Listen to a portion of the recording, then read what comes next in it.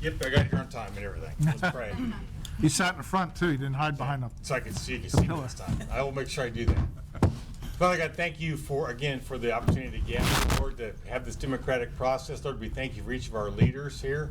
Lord, I pray a blessing upon them and their families. Lord, bless their families as they are here and not with their families, Lord, as they spend time to make decisions that are important to our community. Would you bless every conversation? Would you be in the midst of everything tonight as they discuss and they talk about what the best things for our community? Lord, we love you and we thank you. We thank you for the opportunity to live in Rolla. In Jesus' name, amen. Amen. Terry, would you lead us in the pledge? I pledge allegiance to the flag of the United States of America and to the republic for which it stands, one nation, under God, indivisible, with liberty and justice for all.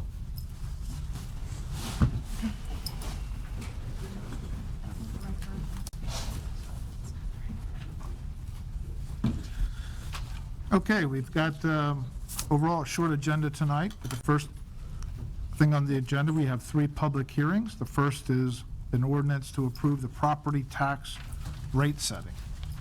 Stephanie? Good evening.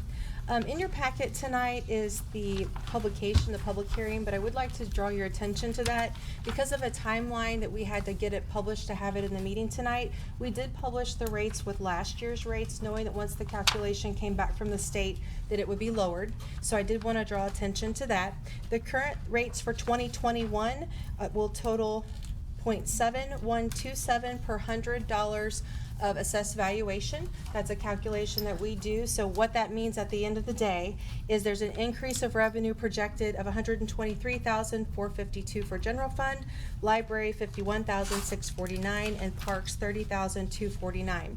I would be happy to answer any questions, but if there are none, I'm requesting a motion to approve the ordinance to set the tax rates for 2021. Any questions by council? Lister? A simple. If the rate's going down, how can the amount be going up? Help me to understand that. Let's see how you do it this I one. get that every year. Okay, yeah. If you look at the tax rate setting, the public hearing notice, it will look, it's just a one-page deal. It's in your council packet. Kind of looks like this. If you look at the top section, that is last year's calculations for the assessed valuation, and this year, just the state assessed railroad and utility for real estate is over $5 million this year. Last year it was $967,000. So as they go through and they reassess property or new property comes on the books, that's how the rate continues to grow, even though the rate went down. The actual assessed valuation went down. Did we get new property or did we just got assessed differently? We do get some new property as the time goes through. There's been some stuff that have been off the tax rolls where it's a TIF or anything like that. Those come back on. Also, if we have new construction or we annex in, it just depends on the situation for that year. So Lister, let me give you a layman's version of that. Yeah. You got the assessed valuation, you have a tax rate, and you have the revenue on the other side. Intuitively, you would think A times B equals C. It's actually, you start with C, so the amount of revenue that we can collect is capped by the Hancock Amendment and new construction. So you take that number, then divide it back to the assessed valuations, and that's how you come up with the tax rate. Okay. Close? So It's that close. Mine was simpler, though. new math. I concur. Okay. So is that why the tax levy rate then is lower than it has been the last 3 years? Is that how's that? Yes.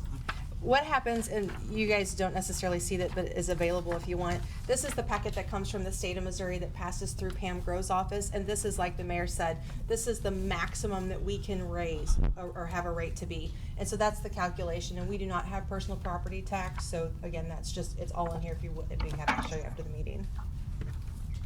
So the best thing for Rolla is growth or new construction, as opposed to existing properties just increasing in value.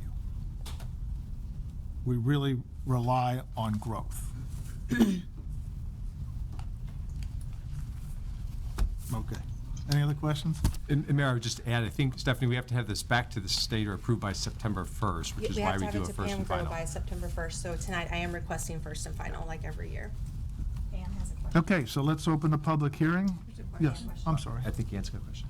Oh, Ann. Yeah, the assessments came out, everybody's got reassessed here recently, real estate tax, right? Right.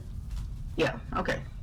And is that That's what assessment? they'll base the tax on. Yeah, that's correct. So Okay. as that assessment rises, then Thank it reduces the levy. Okay, let's officially open the public hearing to the citizens. There's another question. Is it any? I was just going to Oh, I'm ask a quick sorry. question. So is there a reason why it took us a little bit to get to this point, to get it right before? The reason that we're doing the first and final reading now? Yeah, the instead of- timing of it is this way every year. Every year. Oh, okay, so Pam has to receive it from the state of Missouri, then she Oh, has to gotcha. review it, then she has to send it to us. We then put it in the notifications in the paper, and then we have to go back, do this first and final by September 1. Okay, so we there's a have- process. Yeah. Yeah. for- Okay. So I'll circle back to council. It's official, open a public hearing. Are there any citizens that would like to speak to council regarding this issue?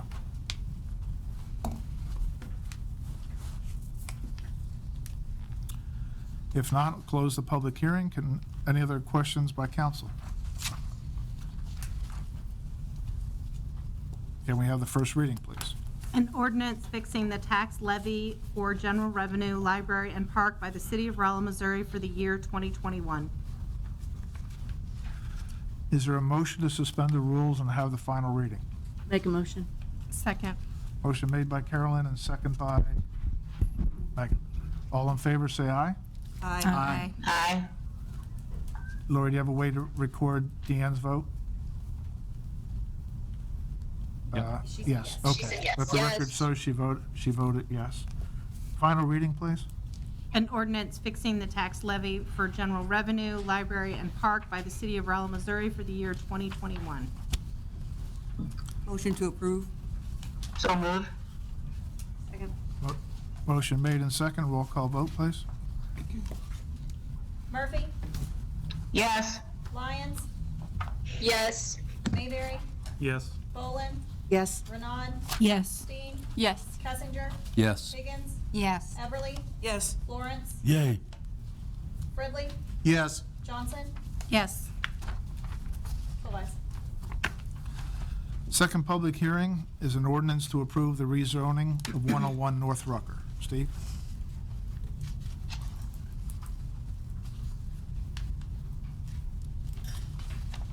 Is that all on your screens? What's that? This up on your screens? Not yet.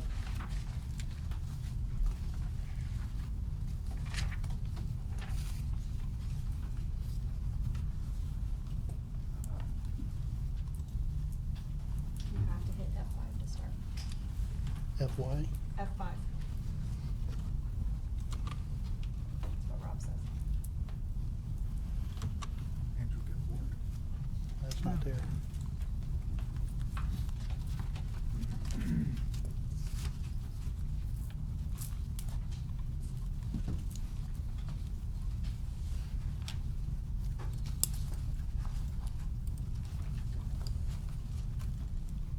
It goes.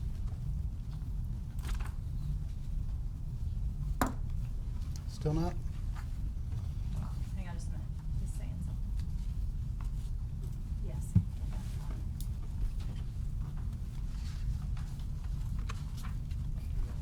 There? Yep. Yes. Okay. Okay, Tom's not here, he's on vacation, so you guys got to deal with me tonight. Okay, this first ordinance, or public hearing is for a property rezoning at 101 Rucker, North Rucker Drive. The applicant's requesting a change of rezoning from C1 to C2 because it would allow for more opportunities to have more uses for this property. The property is located on the northeast corners of Rucker and Black Street. right now, as you can see from this slide, the property is currently zone C1. All the property is on this block here is zone C2, other than just a little corner up there on the northeast corner, which is zoned GI, which the city owns. Here's a street view of the property. The property is currently used as a single-family residence. And if you look at the comprehensive plan, it does designate for community commercial uses and is consistent with the zoning in this area. And the Planning and Zoning Commission did recommend approval 7-0, Senate City Council with your approval. Any questions? Any questions for Steve? If not, I'll officially open the public hearing. Is there anyone that owns property within 185 feet of this proposed rezoning that would like to speak for the rezoning? Is there anyone that owns property within 185 feet of this proposed rezoning that would like to speak against the rezoning? Is there anyone that owns property outside of the 185 feet from this proposed rezoning that would like to speak for it?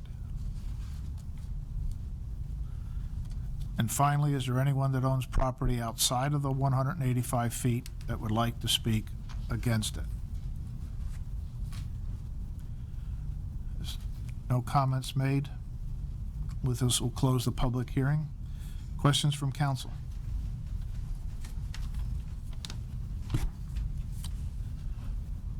Lori, can you see the two that are remote? I cannot. Can you put it back on? Ann or Deanne, do you have any questions? No, it's just, is that one lot or two lots?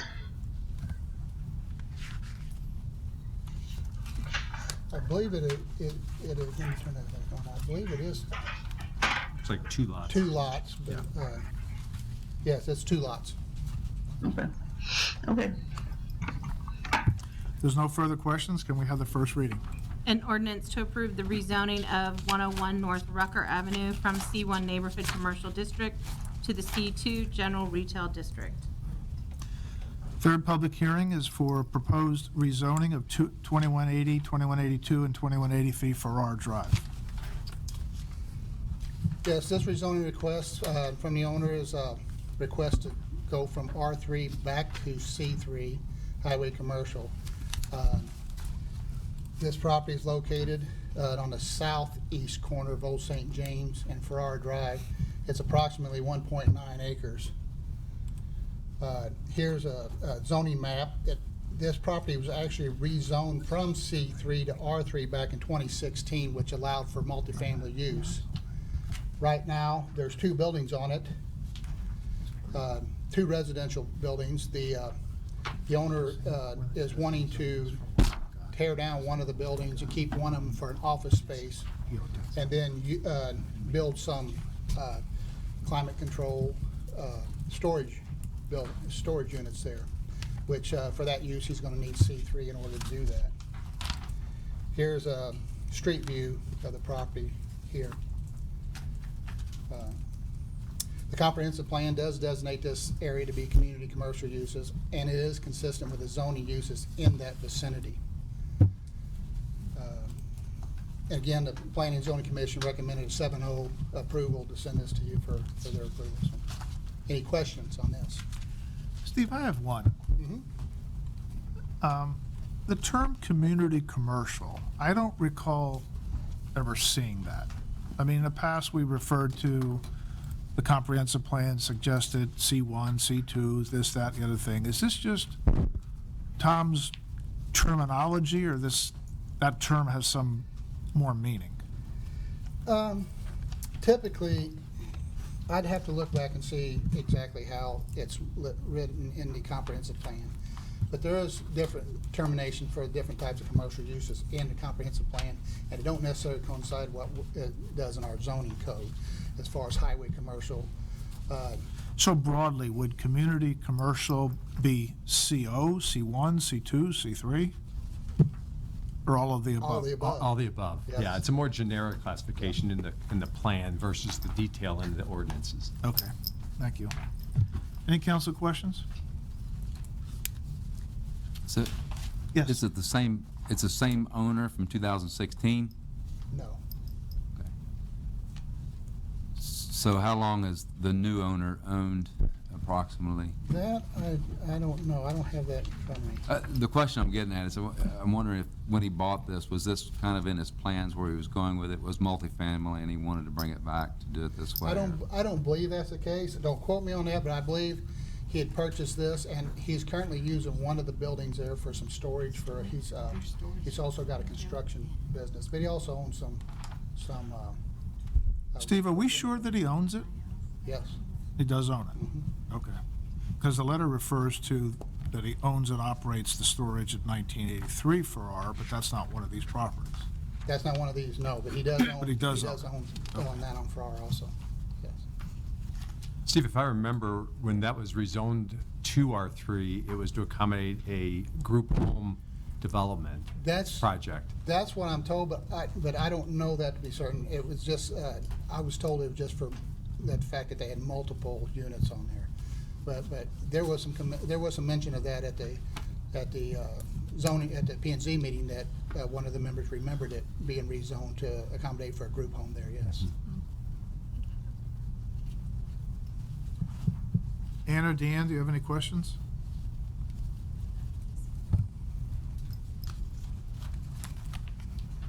None for me. Okay. Okay, thank you for that. Let the record show there was none. Like to open the public hearing.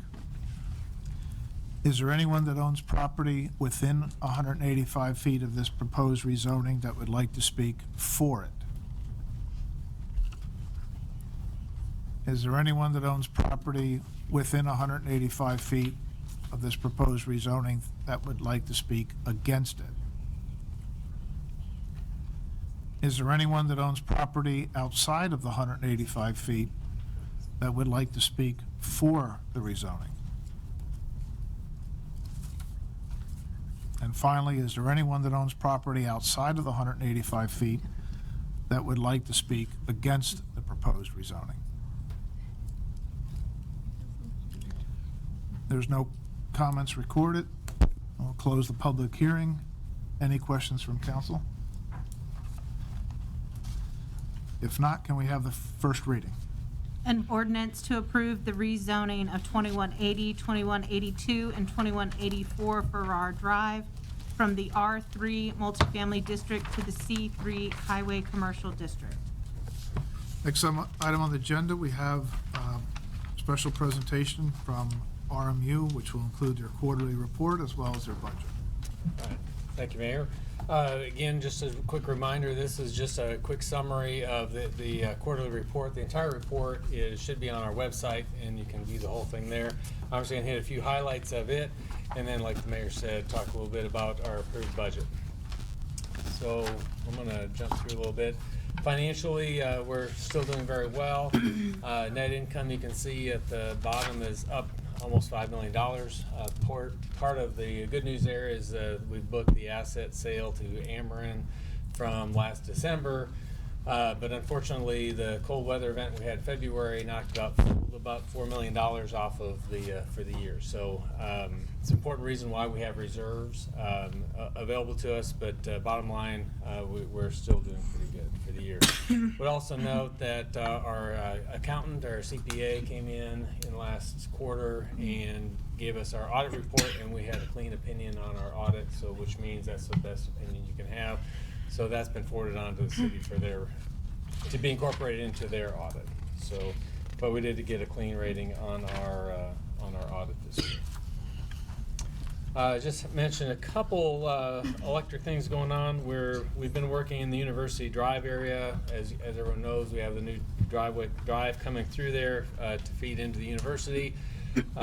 We've adjusted a few power poles, but I always want to try and remind, as I talk about this stuff, our plan is not to move those lines until such time the university or someone starts developing plans in the area and we know exactly where it's safe to go. So once they finish that road, just making people aware that those lines still will be there for a little while until, like I said, until some development starts happening beyond the road. And also on north of downtown area on Elm Street, we've been doing some relocations on Elm Street, Pine Street, mainly moving some power lines where we can away from the Pine Street area. I think there's a TDD project eventually planned for that. We're just trying to clean up a few things where we can up on the north side of town. Talk a little bit about water projects. Excuse me, I'll turn the page. Main water crews working on Ridgeview Drive. We've completed some service line projects on McCutcheon Drive and 5th Street. Also completed a water main project on Jean Drive recently, along with all the work we're doing with the city of Rolla down on Olive Street and kind of some associated streets between 5th Street down to Highway 72. A couple other things I'll just mention again, just kind of highlighting a couple things. We did have a couple of our guys go over to Mark Twain Elementary School. In the last quarter, they had a discussion of utility careers with first graders, so I imagine that was a pretty interesting conversation they had. I think the big thing is we bring our trucks, let them see what we do, and like I said, if it sparks an interest in their future life, that they might want to do that, but we try and take time when we can to get out in the community. Just some miscellaneous things, and again, normally I would have a full-blown reliability statistics report. Usually would do that in the last quarterly, but we didn't have it quite ready. Just make note that our average service availability index, that's just a measure of how reliable our system is. It was 99.9972% reliable, which means on average for the entire city, we only had an interruption time customer-wide of just about 15 minutes, a little less than 15 minutes. So very good, it's very strong reliability, but we're always looking for ways to improve our reliability. If anyone wants to get some more information on that, I'd be happy to provide that. Again, our year after year, this is kind of a common theme, but our natural causes are our #1 cause of outages in town, which means animals, wildlife, storms, trees, all those kinds of things. We have a very active tree trimming program, but every once in a while you'll have one that comes out farther away that comes into our lines. We had one on 5th Street just in the last few weeks that caused some problems. But again, natural causes are generally for Rolla the #1 cause of outages. I did want to hit on some MPUA MOPEP updates.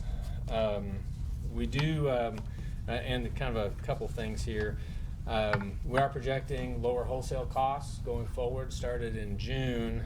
We've basically reconfigured the way our rates, our wholesale costs are the structure of it, and how we're billing ourselves. In addition, we've done some fuel switches, which means we moved from some coal to some more natural gas and wind power. That's lowered our wholesale costs going forward. So we hope, barring any new federal legislation, we can keep that trend continuing. That's going to help us a little bit. Overall, plants are running well that we're involved in, but they are looking heavily at ways to winterize those plants better to help prevent against those February events. But we're also seeing we've already had one alert this summer on hot weather events, so and possibility of some power shortages on that. And that was a few weeks ago. Again, nothing came of it, but again, we're seeing alerts on both sides of both winter and summer. Something to note again on power plants, the Illinois legislature convened in mid-June where they were attempting to pass a sweeping state energy bill. Again, you maybe not have heard a whole lot about it. There was some press coverage of this in the St. Louis paper. But what their goal or version of the bill was spearheaded by the governor, but was going to require Illinois coal plants to close by 2035. That's somewhat concerning to us because we have a coal facility that we get a pretty good chunk of power from in south central Illinois that was only been online for about 10 years. And so it's got an expected life of maybe another 30 or more years to go. We have debt going on it out through 2043. So kind of the way I talk about that is be like having the government take your house. You still have a mortgage on it, so not only you're paying for a house you can't live in, but then you got to go buy something else or rent something else. So it's very concerning for us. So we're watching that very closely. It did not pass through the Illinois legislature this summer, but something we're definitely keeping an eye on and something that's probably going to come back. But I just wanted to let you be aware of that. In addition, we got potential new federal climate legislation maybe coming in over the next couple of years, which we'll be watching, and we use our American Public Power Association, which is our national trade association, to watch those types of activities. Common thread is decarbonization, where we don't have a lot of commercialized technology to remove carbon. So it's, again, something we're watching to see kind of how that develops. Again, there's a more push for renewable power over time, so we'll kind of see how that goes, but we do keep a very close eye on those. The other thing is, again, along with February cold weather event, we are getting some information now out of the regional transmission organizations, how they're responding to that.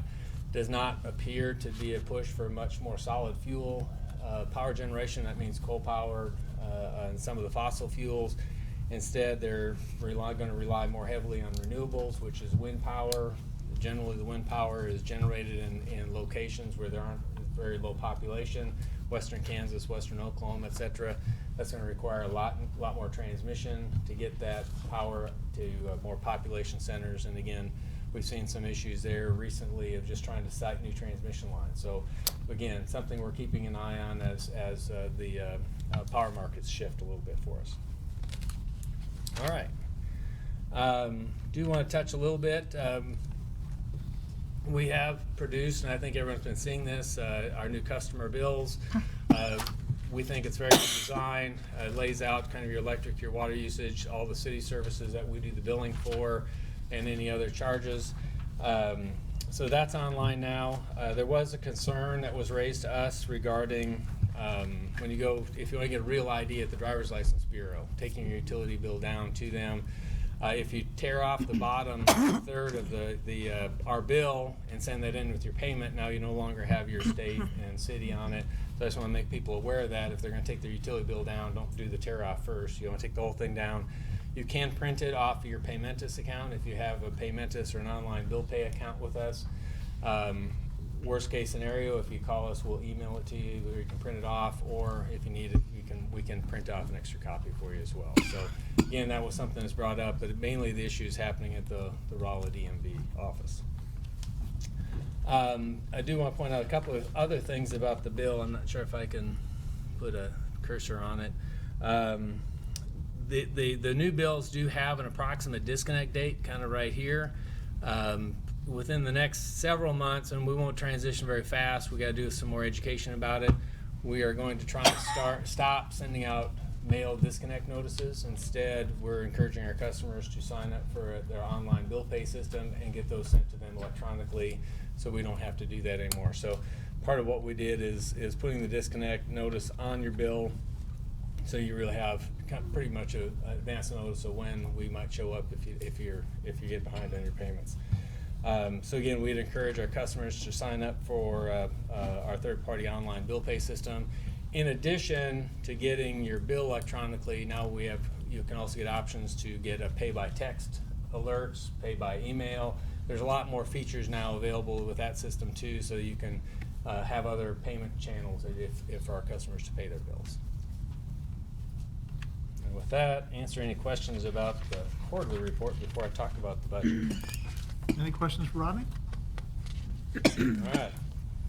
Kind of again, we had a lot of new people on council, so I'll kind of explain kind of what our process is for the budget.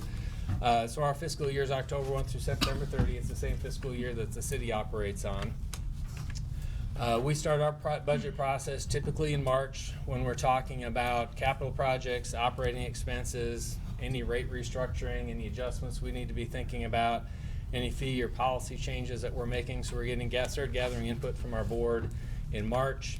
Then shortly thereafter, we're doing projections for our current year, the upcoming year, and then starting in May, we start doing a preliminary budget review with the utility board. We do a public hearing on any budget or rate structure restructuring in June. The board typically approves our final budget in July. This year was on August 2nd. And we present to the city council for comment 30 days prior to the effective date. So our effective date is October 1. That's why I'm here today, to make sure I present this for comment at least 30 days in advance of when it becomes effective. So that's our normal budget process. Some highlights of our budget, it's about almost $30 million in operating revenues, about $29 million in operating expenses this year, about $3.2 million capital expense projects for both water and electric combined. We do not have any rate changes planned for this year, either up or down. Typically, in the last several years, we've been going down on electric rates, up a little bit in water. And I would note that we did also in the budget, we came up with a process for the Ameren sale proceeds. We put them in a restricted electric capital, a restricted capital budget area on the budget. We've line item them separately. The intent there is we would use those for projects outside of our normal operating endeavors with our electric department. So we're usually replacing poles and lines, transformers, those types of things. These reserves are restricted in the sense that we're going to use them more for projects that are over and above what we would normally do. Purchasing additional spare equipment, spare transformers. We're considering an expansion of our service department. Again, projects that are mainly electric related and something that we would not have to go back to our ratepayers to fund. So you'll see that list is in the budget. If you have any questions about any specific line items, I'd be happy to answer that. A little bit more on the summary page. Again, this right out of our budget. Apologize for the print on the side. On the electric department, we're showing a budgeted change in cash of a little bit over $1 million. Again, a lot of that has to do with the lower wholesale costs going forward. The water department is showing a slight loss next year, about $300,000. That's even with doing our rate increases we have done, but we're also expecting maybe a little bit more in capital expenditures next year. And then overall, change in cash, we expect about $700,000. Again, we budget a little conservatively, but we did lose $4 million in February, so our plan is to rebuild those reserves, electric reserves that we depleted a little bit, and build those up over time, but not in 1 year or anything like that. So again, have no plans to change any rates for at least this year. I do want to mention something along the lines of budget is labor issues. And it's mainly on salary, benefits, those kinds of things. What we're finding is we're not as competitive as we need to be, especially in some targeted, very highly skilled positions on our staff. So what we've been doing is working through a process of targeted targeted salary increases for some specific positions, again, that we're not being competitive enough in. In addition, we're seeing a lot of push up from the bottom because of the increases in minimum wage. We're having a harder time getting people coming in. So also we're looking at what that pressure on minimum wage is doing for our staff on the lower end of our pay scale. So between the two, we're having to do some things, and we'll be doing some things this next upcoming fiscal year. A couple other things just to note. We don't normally borrow a lot of money, and since I've been here, we've only done it 3 times. One was to purchase the generators that you see around town. Another one was to do our electric big infrastructure project up at the Alferman substation. And another one we did was we borrowed money in 2003 to build a couple water tanks and do some water main improvements. Currently, that is scheduled to pay off in 2023, so we're only 2 years left, and we'll have that paid off. It has about a $360,000 balance. We pay about $185,000, $190,000 a year on that. So we'll have 2 more years to go on that. So we're about out of our lease purchase indebtedness. We do, based on what our planned sales are, we estimate based on that, what the pilot transfer will be from our customers to the general fund. We're projecting that at just a little over $1.4 million in collected pilot fees to the city. And again, we provide that mainly for information. That's not a line item in our bill. We show it as a line item on our bills, but it's a direct pass-through to the city. And I think that's all I have. I'd happy to answer any questions. If anyone has, from the council or public, has any questions, wants to sit down and go into the budget, talk about it in greater detail, happy to do that anytime. Any questions for Rodney? All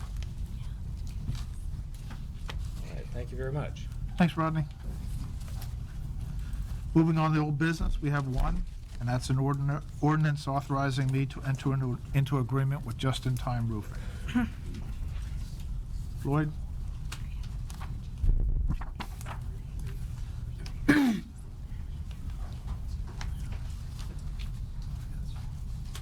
On August 2nd, council approved the low bid from Just in Time Roofing for our 1,500 square foot building that was finished in the 60s. And we're asking tonight for a first and final reading of the ordinance approving the contract. Questions? Any questions for Floyd? If not, can we have the first reading? An ordinance authorizing the mayor of City of Rolla, Missouri to execute on behalf of the City of Rolla, Missouri, a certain agreement between the City of Rolla, Missouri and Just in Time Roofing of Rolla, Missouri for the removal and replacement of the cemetery maintenance building roof.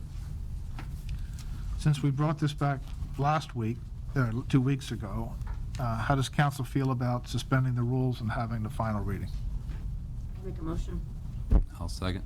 Made by Carolyn, second by Rob. All in favor, say aye. Aye. All opposed? Yes. Let the record show, I believe, one no? That was it. I'm not sure. Dan, how was your vote? She voted yes. She voted yes. Okay. Final reading, please. An ordinance authorizing the mayor of City of Rolla, Missouri to execute on behalf of the City of Rolla, Missouri a certain agreement between the City of Rolla, Missouri and Just in Time Roofing of Rolla, Missouri for the removal and replacement of the cemetery maintenance building roof. Is there a motion to approve? So move. Second. Motion made and second. Roll call vote, please. Kessinger, Yes. Fredley, Yes. Steen, Yes. Renaud, Yes. Mayberry, Yes. Murphy, Yes. Lyons, Yes. Johnson, Yes. Florence, Yay. Higgins, Yes. Everly, Yes. Bolin, Yes. 12 ayes. Moving on to new business. Thank you. First one is a request to hold the Big Bam event. I don't know what to call it. It's a bicycle event, bicycle across Missouri event. That's it. Sorry. So the Rolla Area Chamber of Commerce, through its Tourism Outreach Visit Rolla, seeks to host a Bicycle Across Missouri event June 16, 2022. To host the event, they're needing a location and to ask City Council to waive the ordinances that we listed in the packet that relate to camping overnight, allowing vending and selling in the parks, and extended parking. The Big Bam Committee asked for an endorsement at our recent Parks Advisory Commission, and the 4 members who were present and heard the presentation voted to approve the request. Amy Campbell, Tourism Director, and Stevie Kears, Chamber Director, are both here to explain more about the event and answer questions.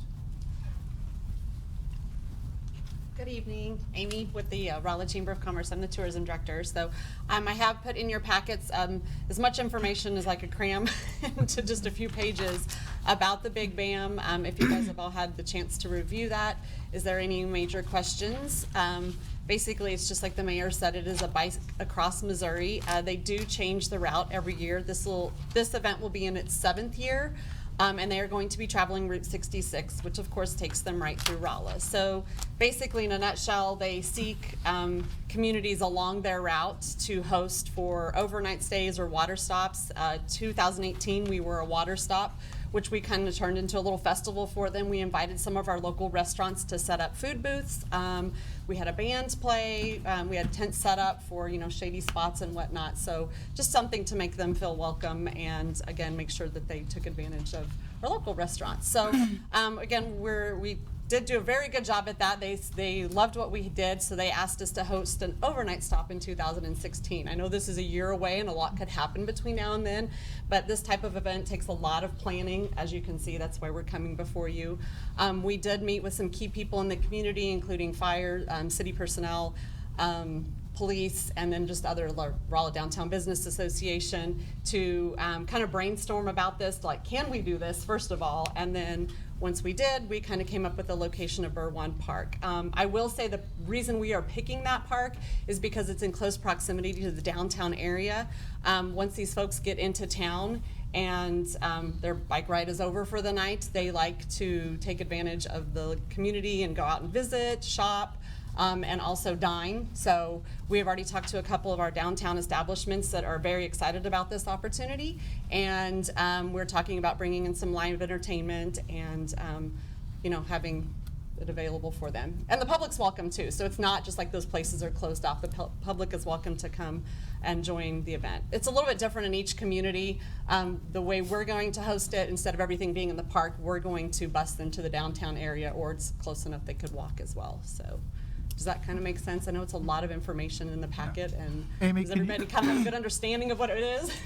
Amy, for the council and the public, can you profile the typical participant in Yes. terms of age and entry fee and stuff like that? Yeah, from what they've told me, it's usually middle-aged to retired male, but there are some females. We have seen some younger participants in that, but yes, and most of them are people that have money to spend in the community as well. The registration fees for this event are $500. If you participate in the full 6-day ride, people can opt in to just a 1-day or a 2-day of the event, so obviously that kind of shows you a little bit about the money they have to spend. Any questions for Amy or Floyd? Carolyn? I just have a comment. I'm so glad you had so much information in here, because I looked at that and thought, bam, it's a cooking show. No, it's the Big Bam is what it's called, but it is called Bike Across Missouri, and it is not a race. I do want to make that clear. Yeah. It's a leisure ride, so you'll have some of these people that leave at 4 in the morning, some will leave at 7, so they kind of arrive at different times throughout the day, hence the reason we have great things for them to do in our downtown area and shop and dine and whatnot, so. I'd like to add for council's benefit, the parks have various quote-unquote rules for very good reasons. And whether it's camping or alcohol or anything like that, and I'm not usually one to promote bending rules, but sometimes there are exceptions that are very appropriate. And these riders are not a bunch of kids that will build a campfire and throw beer cans over their tent, during the middle of the night. So I would ask you to seriously consider this exception. We should always use exceptions judiciously, but I think this one meets the test.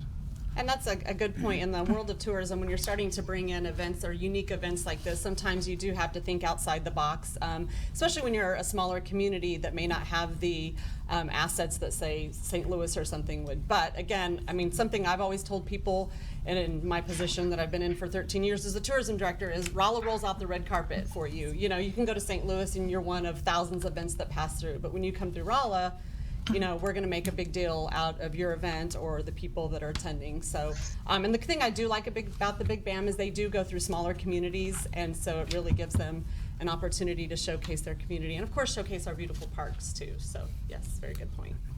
I saw a hand, but Jody? So, have you had an opportunity to talk to some of the other host cities from years Yes. past and see what their Yeah. reactions and if there are any issues in particular? Honestly, and in my packet, you'll kind of see at the very, I think it's the last page of the testimonials on page 7 of my packet. I know your packet's larger. That is some actual emails and conversations that I had from, I think there's in there specifically is Perry County Heritage Tourism in Joplin, but I spoke to Lebanon, I spoke to Waynesville, and honestly, there were no issues in terms of the participants and whatnot. So again, these people are not going to be up till 1 o'clock in the morning. They got to ride the next day. So it's like usually once it goes dark, they're in bed. I've ridden more than 2 miles at a time, and they're going to eat and go to bed. Yeah. No, all the communities I've talked to said they would do it again. And in fact, Joplin is doing it again and actually hosts some other bike rides too. So great economic benefit to the communities. And again, I spoke with the restaurants that we're thinking of working with, and they're super excited about the opportunity too. Yes. Security, Rolla Police Department, or who's handling that? We have actually, Rolla Police Department was at our meeting, so yes, we will address that once we kind of know the crowd that we're going to have. But again, I don't foresee huge issues. It'll probably be more, maybe we just hire 1 or 2 to kind of patrol the area in the evenings, again, just to maybe keep out any riffraff coming in, not necessarily from the participants or whatever, or people just wandering, through the area to make sure things are safe. And then I had a couple of questions. So camping, the riders are going to be camping there. Is that what I'm happening? That is correct. So As a band participant, they have a couple different options, which we will work with a couple of our host hotels. So if they're not the outdoorsy type and they'd rather stay in hotels, they have that option. There's also concierge service through the BAM that the BAM will set up your tent for you, and then you have some that pack their own tents and set them up. As noted on the map, we picked that soccer field because it's nice open area to be the camping area. So it's not like they'll just be willy-nilly camping wherever they want to in the park. That'll be the designated area. And non-alcoholic beverages, right? Yes, correct. Okay. Who's doing the cleanup? The BAM does, actually. BAM does And then that? we'll have our volunteers as well. But every community I talked to said they left it as they found it. Okay. And this is a for-profit organization, correct? Correct. It is Missouri Life Magazine that puts on the event. But in the world of tourism, you're not going to find very nonprofit organizations that put on events of this caliber. When you're talking 5K races, obstacle races, adventure races, that type of thing. I just have a quick question. Is there potential to be chosen again, or is there a rotation for this event? They Should it changed go the, well? oh yeah, definitely. Like I said, we were over Water Stop in 2018. Joplin, this will be the second time I believe they're hosting an overnight. Same thing with Waynesville. So as the route changes, sometimes they go, north to south, east to west. So the route does change. So yes, in the future, there is. So will there be food trucks there? Or you said you were busing them downtown, but are you? Yeah, so allowing the that? plan is, like I mentioned, some of them may leave at 4 in the morning and come to and get into Rolla like at 11 or 12. So we have a couple of options. If we work with food trucks, they're going to be local food trucks, local Phelps County.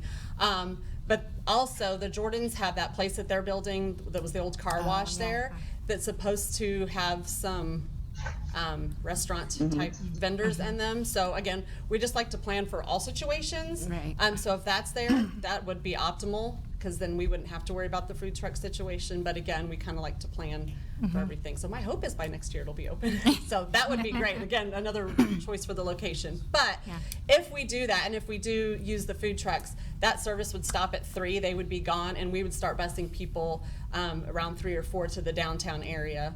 And we would have buses. I've already got buses reserved through USA Tours, and they would run also to the camping area and to the hotels through probably 9 o'clock that evening. What day of the week is it on? I didn't have a chance to look that up. What day of the week? What day of the week? It's on a Thursday night. Okay, thank you.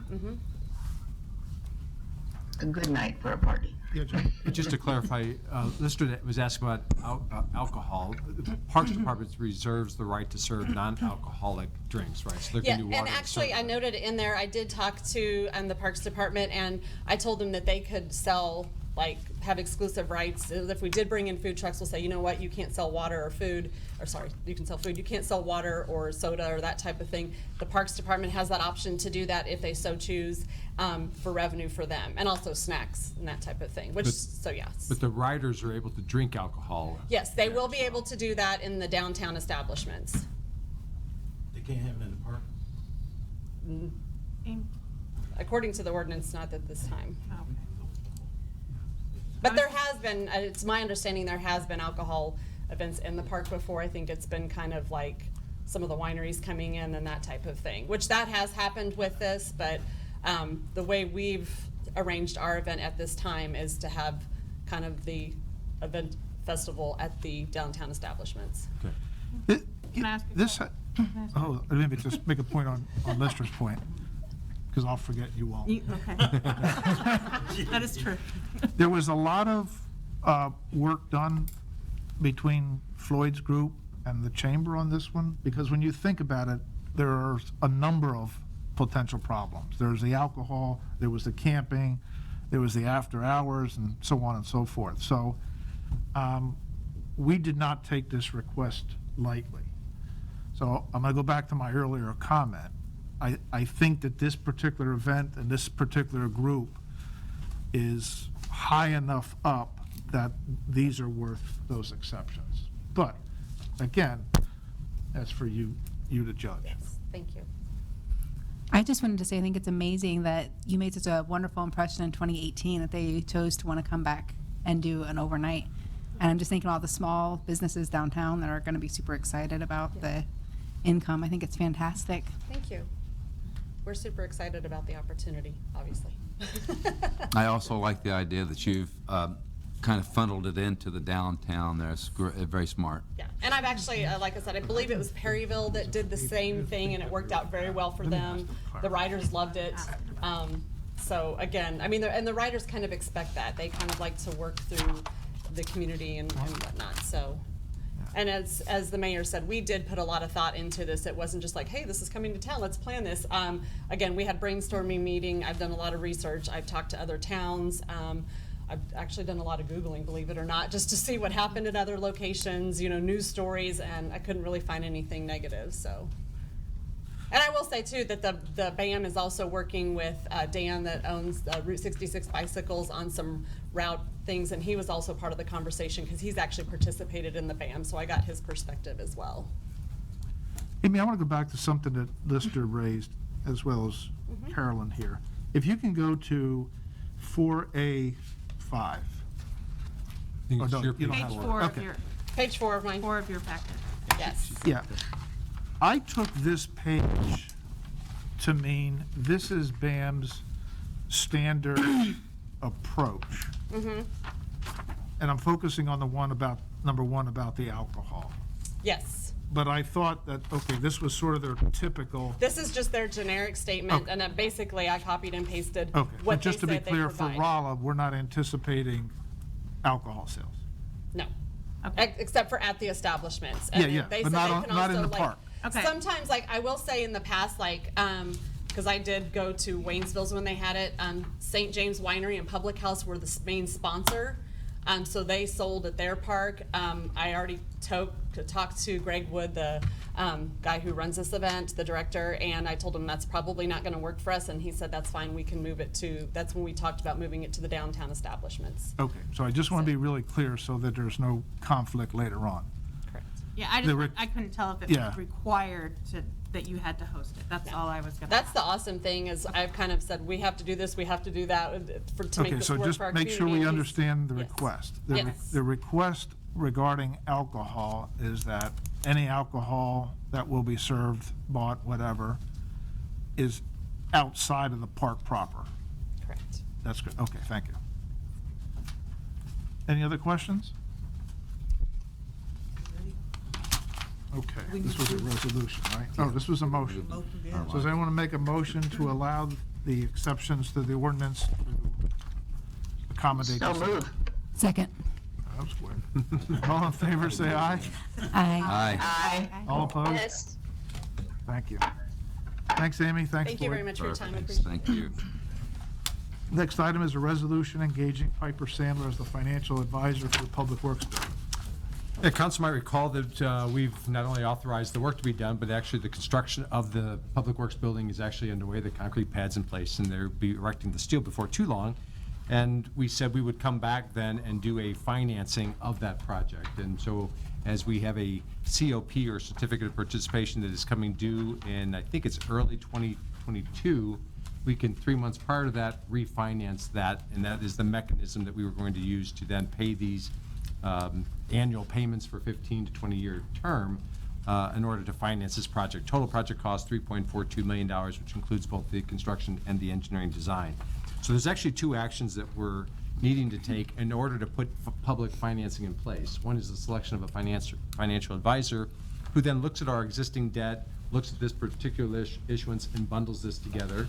And they're acting as our rep, and then they will go out and bid this out as an underwriter. So the fiscal advisor doesn't serve as an underwriter. The next action is we need special bond counsel, tax counsel, to do a tax exempt financing mechanism, and we have traditionally used Gilmore Bell. So for what I'm asking for, the first step is the financial services, company called Piper Sandler. We have used them on several financings. They've given us some preliminary advice, but they can't go too far until we have selected them as the FA. Generally speaking, when you do a public financing, whether that's a revenue bond or you do a certificate of participation, which is a annual commitment of funding, the closing cost, financing costs are about 2% of the total. That's broken down between the financial advisor and the bond counsel services. We think we're going to get an interest rate below 2% on this, but we won't know until the timing of this project gets put together. So What we'd like to do is, and have in your packet, a resolution to authorize Piper Sandler as the fiscal advisory. I'll point out that while you have that in your packet, Carolyn notes some discrepancies in what they had in at your places. There is a red line version where we added some language on sovereign immunity protections for the city, and they had a redundant line under the compensation. We also wanted to clarify that if for whatever reason the city decided it had $3.42 million and was going to just pay cash for this project, that we wouldn't owe them anything on the financing or on the bond council services, but I can tell you, we don't have $3.42 million. The project is under construction, so we do need to put the financing in place to do that, so. John, what's the difference between a certificate of participation and a bond? A bond issue requires a vote of the people because it's a long-term indebtedness pledging either a tax revenue or a user fee revenue. A certificate of participation is a financing term that is a lease that is subject to annual appropriation through the budgeting process. Now, cities would never enter into a certificate of participation, pay that by the budget for 3 years, and then say, well, we're going to stop paying. The company holding that debt then has a right to come in and repossess what it is that they financed then. But the difference is because it's subject to an annual appropriation through the budgeting process, it doesn't require a vote of the people. So if it's subject to budget appropriations, then it's not really secured as a revenue or a GO bond. Correct. Okay, so. Security is the underlying real estate or the improvement. Right. So the interest rate on this, because the people holding these certificates have more risk, they're at the whim of a future council? They are. It's a higher risk than a indebted bond, voter approved. Not much higher, but it is a little higher interest Okay. cost. So I guess where I'm driving is, we've done that evaluation to say the delta is close enough. Yeah, and then you have to also incur the cost of an election and the subject of what the voters say no, then you're stuck with the financing. So big projects, sewer projects, big street projects, those are easy bond issues to go and in debt, and there's limits under the Constitution as to how much you can debt. But this is really considered a very modest financing. It would be expensive, time-consuming to take all of these back to the vote of the people. And So people council who can do hold these certificates, what's their collateral? the improvement. So in this case, if the city were to decide after 3 years not to, they actually then possess the All building. right. So on it's city structured as a property. lease, so that they're actually the owner, in effect. Correct. Okay, I got it, thank you. Any questions for John? I would mention, a part of all of this is that we're going to move all of our facilities off of Sharp Road, which, as you know, have done a very poor job of maintaining that property. It looks terrible for the community. We'll be able to clear all that up, sell it. It's going to include also the demolition or removal of the Ransdell building, but not until after this building's done and we can relocate all of those assets. So it's all part of the plan of sort of cleaning up one of the primary entrances into the community. John and Darren, Stephen promised me that we would do that the day after we moved in. I'm not going to forget that. May not be the day after. No, Probably have to no, bid it, but it will be that no, year. It'll be that fiscal No, year. then I'm going to ask council to vote this down. Okay, day after. No, but it's important. I mean, that area is an entranceway to Rolla, so we do need to clean that up, so. Okay, there's no other questions for council?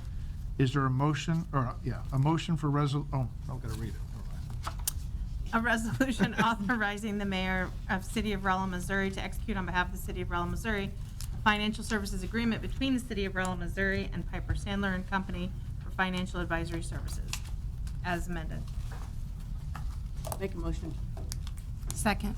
Motion made by Carolyn, second by Megan. All in favor, say aye. Aye. All opposed? Moving on, the next related item is to engage Gilmore Bell as counsel to help manage this project. Yeah, not much more I could add. It is Special Tax Counsel and Disclosure Services. Gilmore Bill has been an excellent partner for ours, doing lots of our TIF financing, our TDD financing, just a lot of projects around the community. They only represent public entities. Any questions for John? If not, can we read the resolution?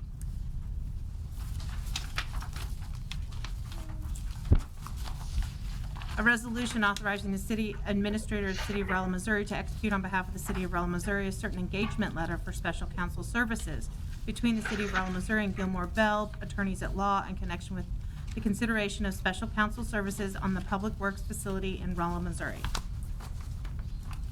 Move that the resolution be approved. Second. Motion made by Jody, second by Carolyn. All in favor, say aye. Aye. Aye. Yes. All opposed? Resolution is approved. Next item is an ordinance to approve a minor subdivision final plat of your community health center.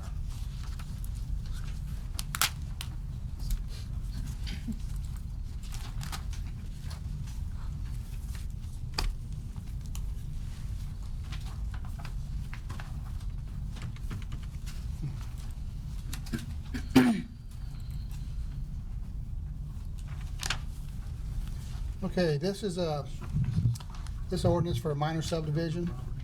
It's located on 18th Street. Basically, right what they have now, they have 2 lots. Their plan is to do an addition on your community health center, which is going to require more parking.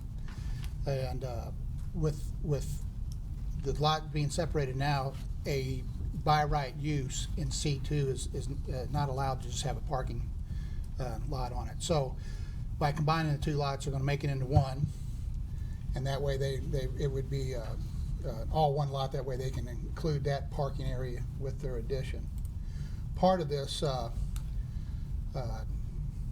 plat is they want to remove this 20-foot easement that bisects the 2 lots now. There's nothing in that utility easement.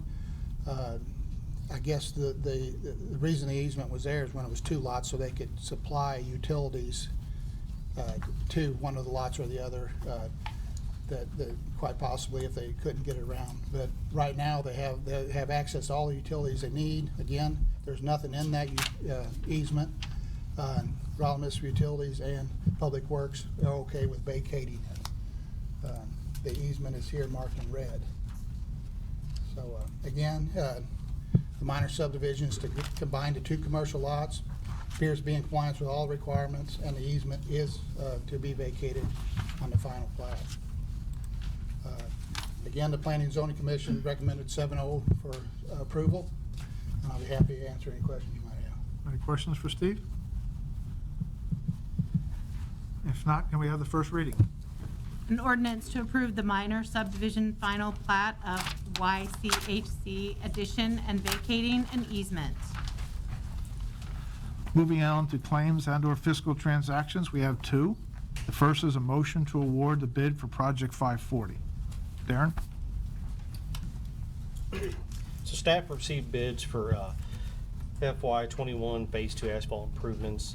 This phase will overlay 19th Street from Walnut to Sharp Road, Ridgeview from Adrian to Morel, and all the roads in the cemetery. We've got a bid tab attached. We received 3 bids. The lowest bid was from Pierce Asphalt LLC. So staff is requesting a motion for a bid award and a first reading of an ordinance to enter into a contract with Pierce Asphalt LLC for $104,952.08. Any questions for Darren? If not, is there a motion to award the bid to Pierce Asphalt? Make a motion. Second. Motion by Carolyn, second by Megan. All in favor, say aye. Aye. Aye. All opposed? May we have the first reading, please? An ordinance authorizing the mayor of City of Rolla, Missouri to execute on behalf of the City of Rolla, Missouri a certain agreement between the City of Rolla, Missouri and Pierce Asphalt LLC for fiscal year 2021 Phase 2 asphalt improvements, Project 540. Next item is a motion to award health insurance excess coverage. Stephanie?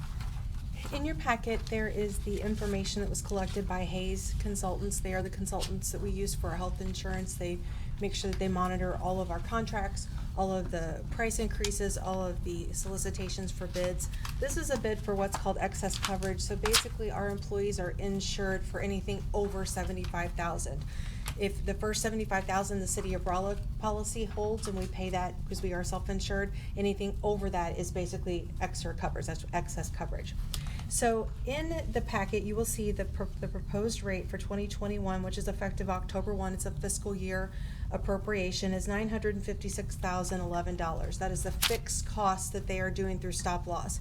As you also noticed in the packet, we received one bid. There were 12 solicitations and only one carrier, which is our current carrier, provided that bid, and that bid is 41% over our current rate for 2020. And the bulk of that is because in the last 5 years, we've had 15 constant employees or covered lives that have hit over $75,000 with health insurance costs. That's per year?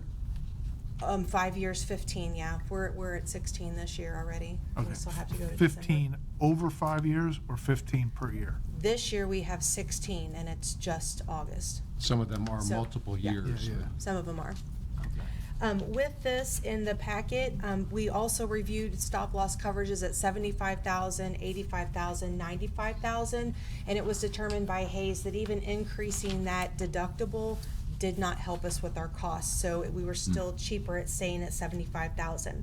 So with that, if you have any questions, I'd be happy to answer them, but the recommendation from Hayes and staff is to renew health insurance with Sun Life, which is our current carrier, and stay at the $75,000 deductible. Stephanie, how are you handling this coming year's budget with respect to health costs? Are you budgeting as if 10 or 15 will happen again, or? We've had the constant 10 to 15. About 7 are the same people over and over.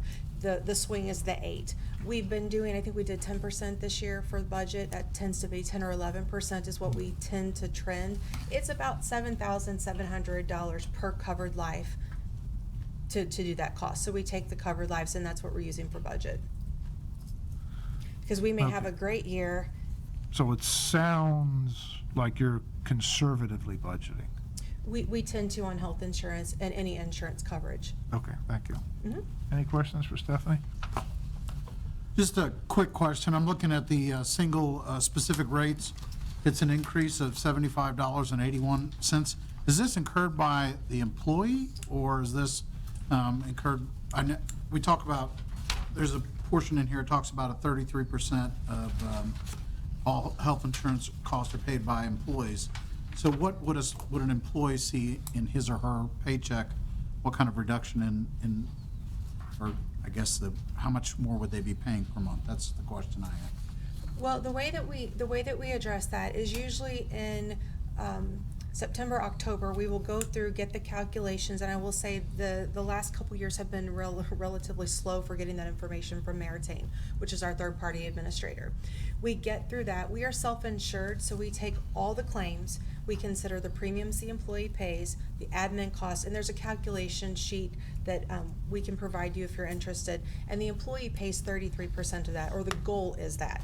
We've had some years where we've been close to 30%. I think last year we ended at 27% because we had a really bad year on claims. Mhm. So that just kind of goes, what we did last year, we did make a modification for our structure, and we put more of the burden of expense on the employee spouse and the families, because the way that we had it, we did equal spread. So a single person was paying a same percentage as anyone with a family, and that's really not fair because they're just one person.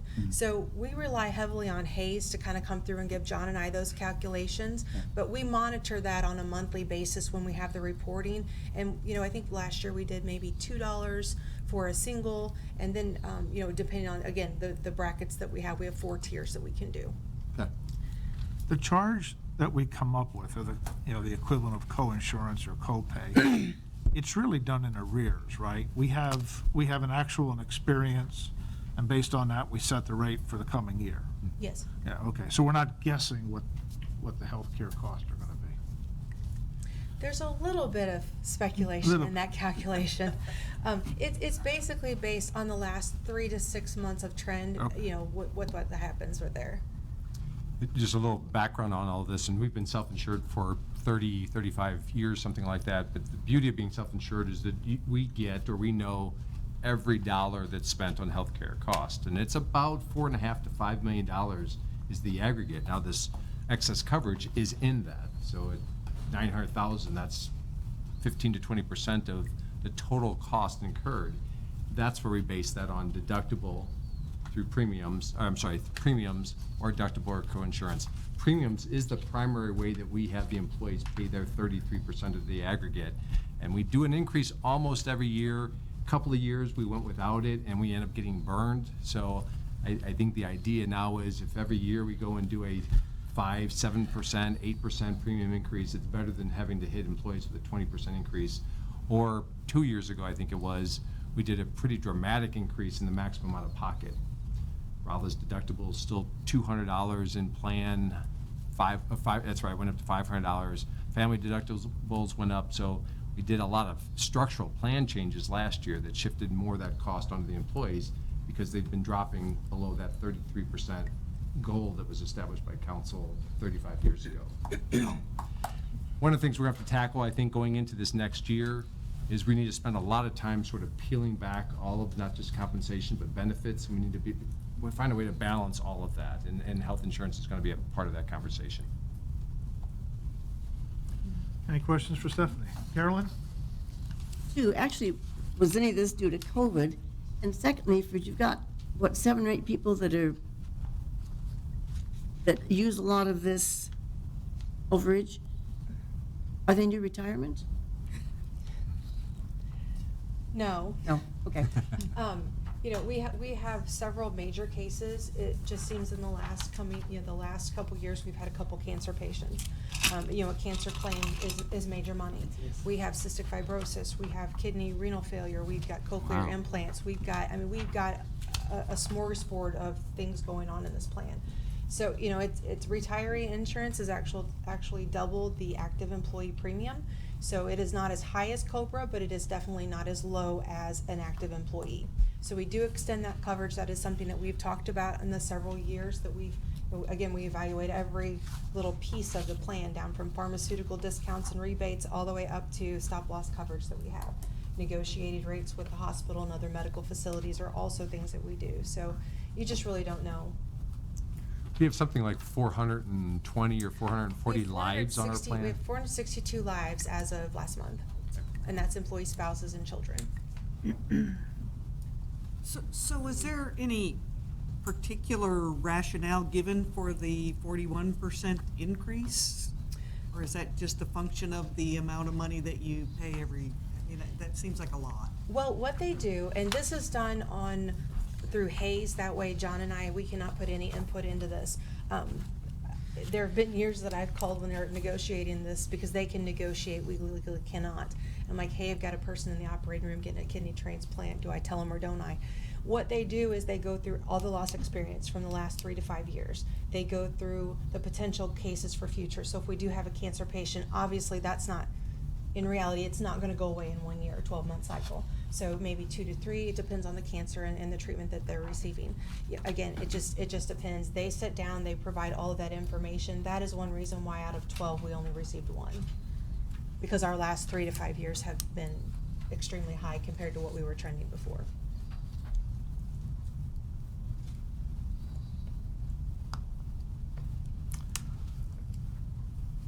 Okay, if there's no other questions, there a motion to award the excess coverage to Hayes. Motion. Second. Motion made and second. All in favor say aye. Aye. All opposed? Yes. Aye. Motion is approved. Just, it goes to Sun Life is the insurance Oh, carrier. I'm sorry, Yeah. Sun Life. Citizen communication, is there anyone that would like to speak to City Council?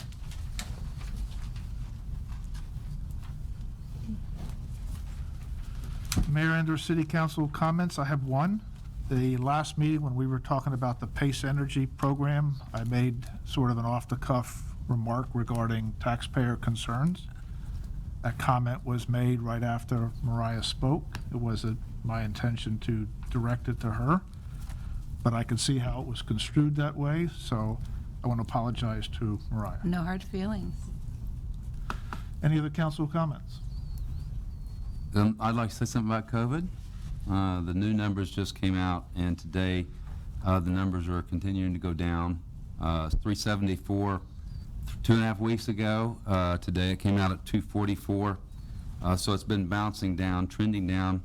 I had some constituents after I made a remark 2 weeks ago that I talked about the life cycle of virus, and kind of regardless of the mitigations, there's a normal cycle that these viruses take, and Delta is no different. And so prayerfully, this is exactly where this is headed, and we hope that that's what's happening. Wanted to just make just a couple of comments about it. One is that because my constituents are asking, I have on one side of the spectrum, people are saying, I want you to get up here and encourage everybody to take the vaccine and put a face mask on. I get other emails saying, I don't want a vaccine passport, I don't want any more mandating. I am hearing a lot of stuff, and maybe I'm the lightning rod for this. I don't know if you guys are getting the same communication, but I'm getting a lot of it. And so I just wanted to make a very brief statement about it. I know this is not in the comments, and I apologize for that it's out of order, Mr. Mayor, but I just want to say just a couple of things. One is that we've made this kind of a zero-sum game of you're either in one of two camps, and I think that it would do a lot of us good to shut off the TV, by the way, but I think that the mainstream media is really trying to pit one against another.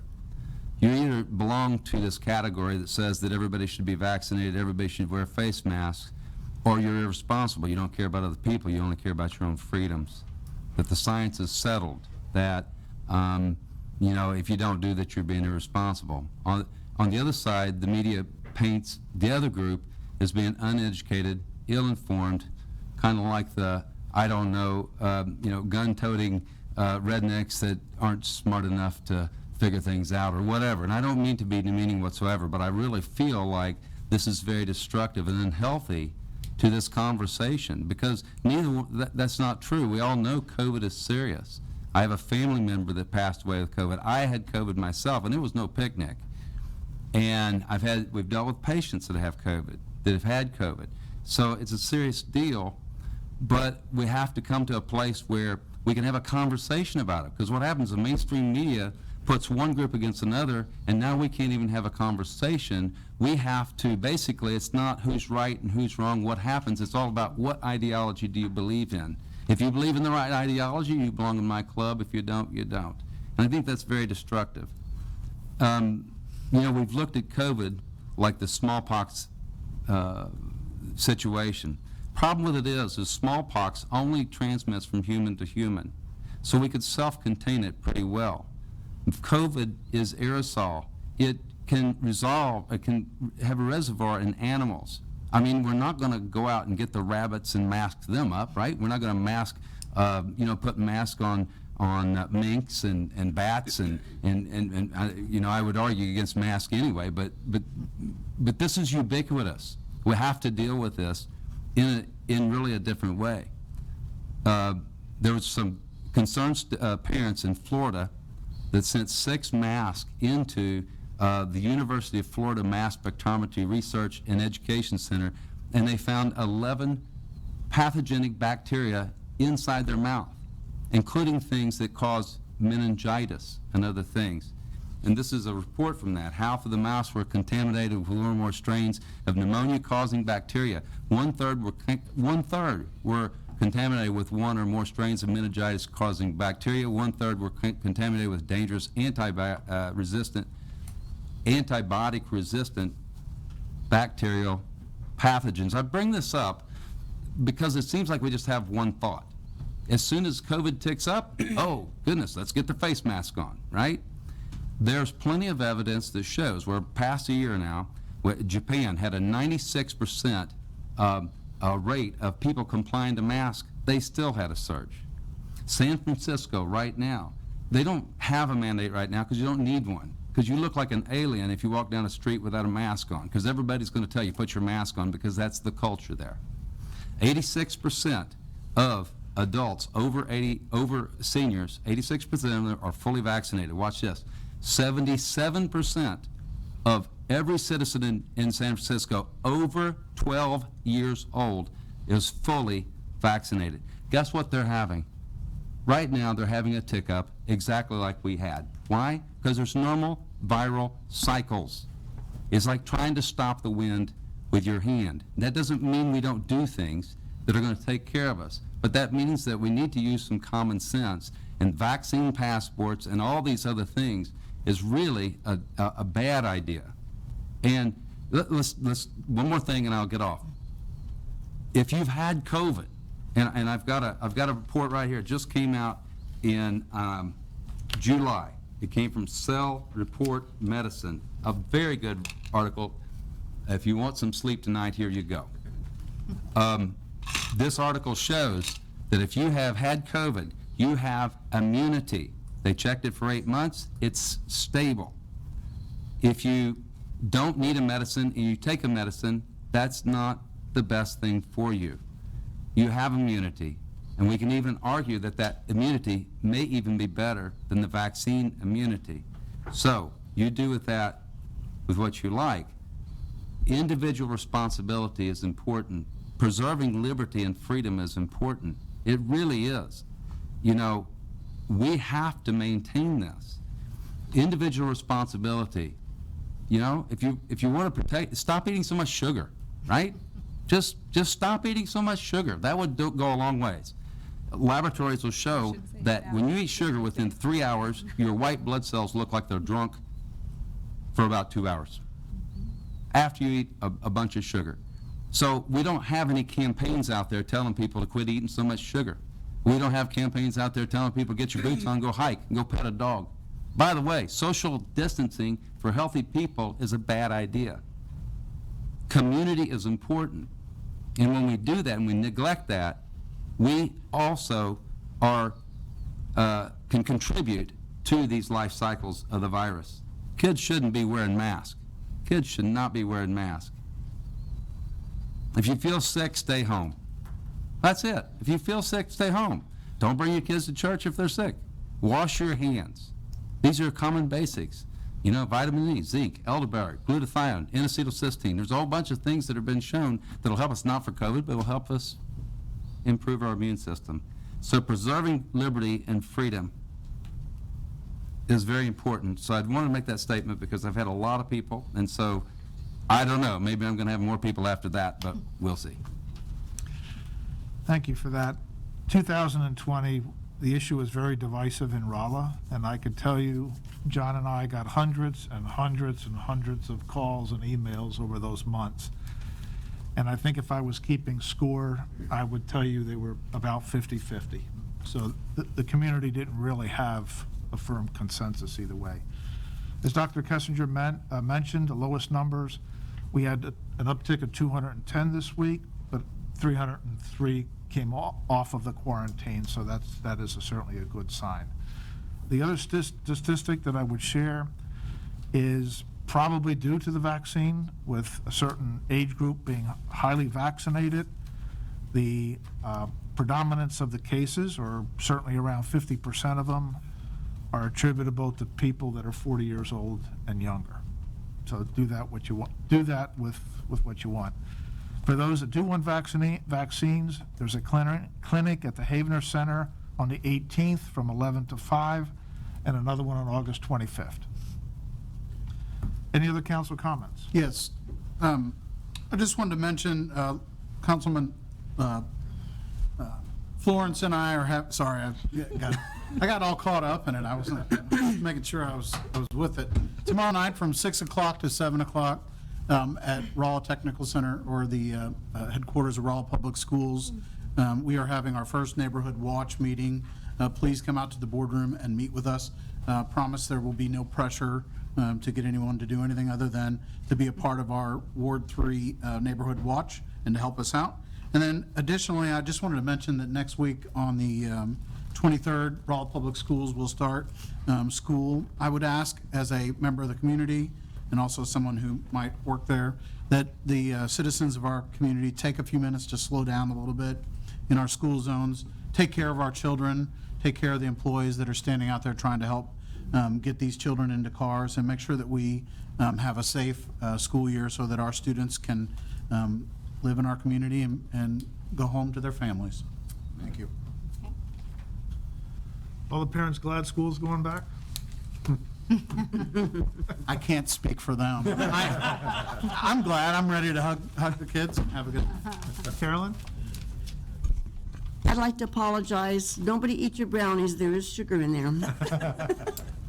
Didn't quit you. Well, I've already had COVID, I'm good. Way to ruin it, Rob. Okay, if there's no other council, I think there. I just I'm want to sorry, say Karen. one thing. Thank you, Dr. Kessinger, for bringing up all that information. I appreciate it. Comments for the good of the order? If there are none, we have no closed sessions tonight, so meeting adjourned.